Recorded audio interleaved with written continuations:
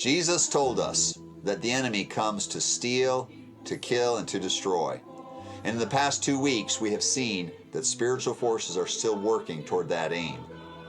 However, Jesus gave us another promise, that the gates of hell will not prevail against the church that he establishes.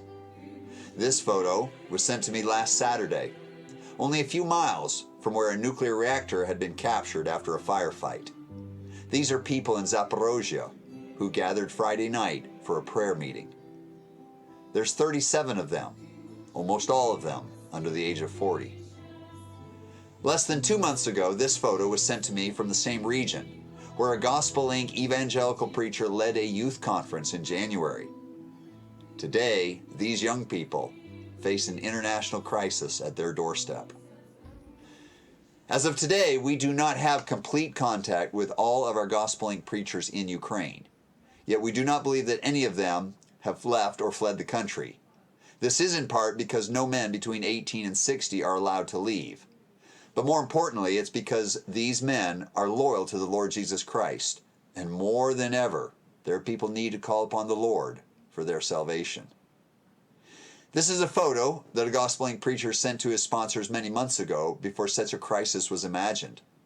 This past week, he told me that he met the gas meter lady with whom he has had many previous talks.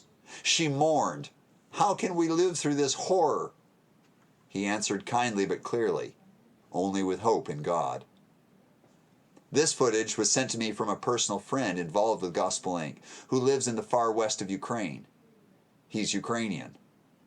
There is no military conflict there at this time, and they are working as quickly as they can to prepare for humanitarian aid delivery to the east.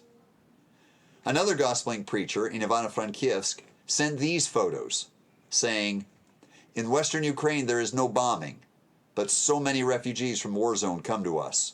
We have 50 living with us indefinitely. Another 20 spend 1 to 2 nights before continuing on to the border. Beds are set up in all Sunday school classes in our church. We are providing food and accommodations, and as circumstances allow, we tell them about the hope in God. We are in need of dedicated and trained people to help us, as well as funds to purchase food. There are Christians around who are helping to supply, but we need a lot."